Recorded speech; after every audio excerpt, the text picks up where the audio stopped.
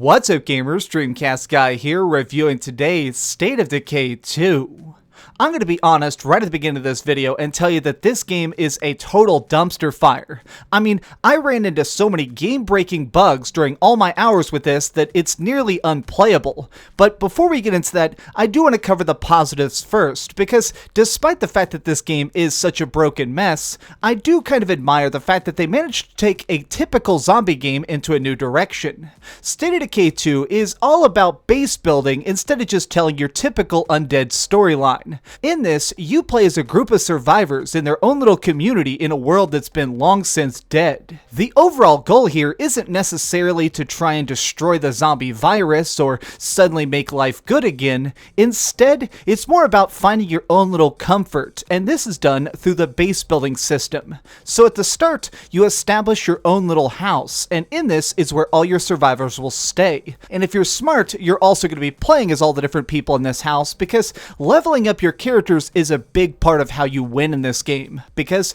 there is permadeath. If you are out in the wild trying to scavenge supplies or get that next big car, if you end up getting taken down, that character is permanently dead and cannot be revived. So that means you need to fight carefully, you need to fight hard, and you need to make sure to constantly watch your back. This means that traveling as a group and being very careful is the biggest key to survival, but even still, you're going to occasionally die just because of random glitches. Let me show you one right here that just absolutely drives me crazy. So for the first 12 hours of this game, I was primarily playing as this combat veteran because he had some really good skills. As you use a particular weapon like a blunt bat or a gun, you'll get better at it, making it where you deal more damage or can just use it better, like swinging it more times before you're exhausted. So I used him because he was so great in battle, but sadly, I decided to switch to a backup character to try and level them up and have him as my assist, follow me around and keeping me safe. That is until we encountered one of the super zombies. The Juggernaut is one of the biggest and baddest dudes on the entire map, and if you encounter him, well, it's going to be a rough match. So what we did here is we ended up trying to surround him and take him out, and everything was going smoothly until I just randomly touched him and it disabled my UI. I could not see my health, I couldn't see any of my items, I couldn't even open up a map, and so because of it, I couldn't see his health meter, and he died.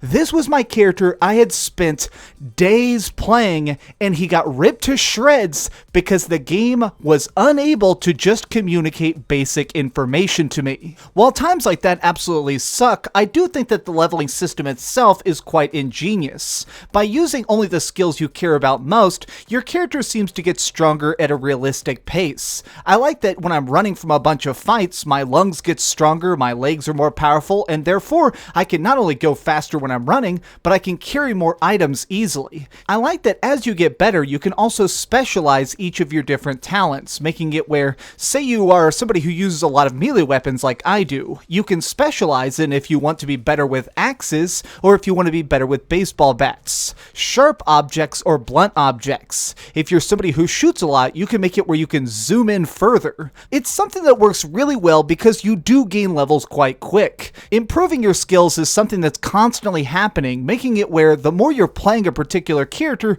you feel them improving with every new journey you go on with them. Now, the main reason you're out here is of course getting more stuff, trying to gather up everything you can to upgrade your base further. Now, this is done by finding different sorts of materials. You need to find different stuff in order to maintain your base. This can be food, medicine, or just basic lumber that lets you build other parts of your base. This is only the beginning though, because as you upgrade it and establish your society more, you need to worry about specific things like having a water purification system, that way you can water your crops better, or making it where you have better food storage, that way you can keep more supplies on hand at any one times. This is actually really cool, and I feel like it makes it where you're very much able to create your own experience in this world. I never really felt like I was hurting for a typical narrative. There's not really any cutscenes or a real plot, But despite that, I didn't mind. The sandbox is so enriched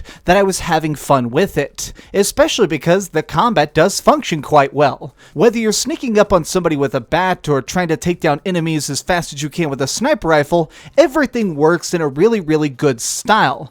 But you do need to be careful because the super zombies can really kick your butt no matter how prepared you are. There are several different breeds, like an exploder which shoots out toxin, to smaller enemies that are really quick. You also need to worry about stuff like screamers, which can alert entire hordes of zombies at once. It's genuinely a good system that makes the world constantly feel like you can't be prepared for the next situation. You need to be staying on your guard because at any moment you could stumble into a mess that is way beyond your comprehension. Now, let's get into the glitches, because unfortunately, all the good stuff I just mentioned is completely overshadowed by this.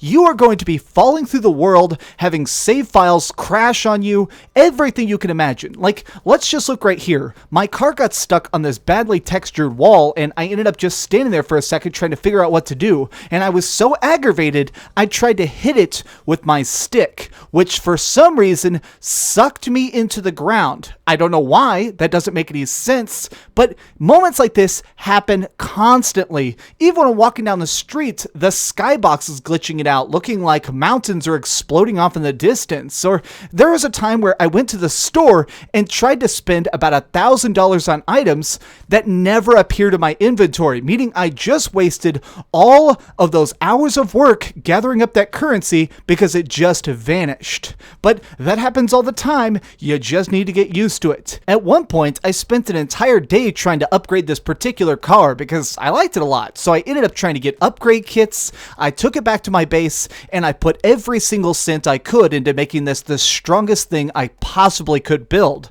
And you know what happened?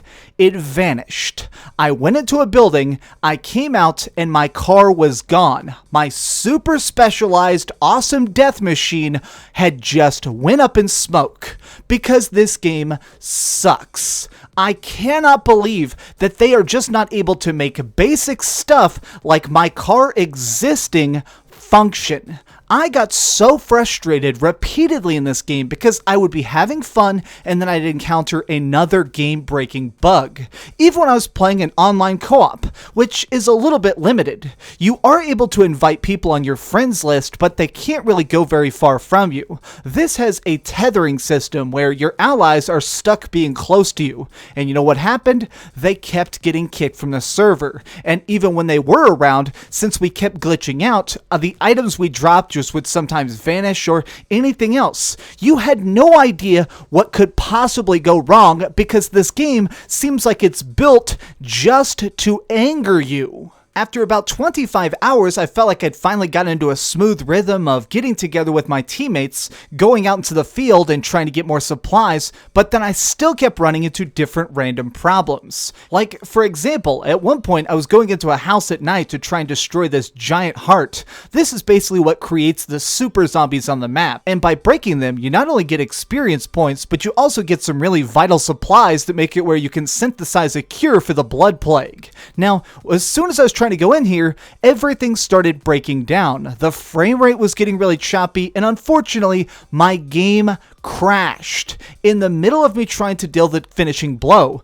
And when I loaded back into the game, somehow my character was now infected. Despite the fact that the game was off, it somehow decided to register that the character was dead instead of just, I don't know, teleporting them to the last checkpoint or putting me safely back in my own society. This game frustrates me because I just don't understand why they released it in this state. This is clearly early access that is pretending to be a finished game. Okay, before I lose my mind, let's just go over to the ratings board and put a small number on it. I am giving State of Decay 2 a 3 out of 10.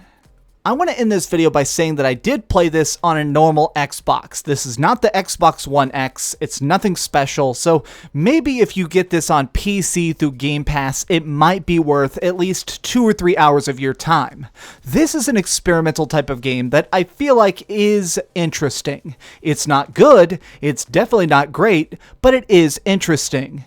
Maybe in a year or two when it finally gets fixed, it'll be something that I'll come back to and really enjoy. But right now, it's nothing but a car accident of frustration.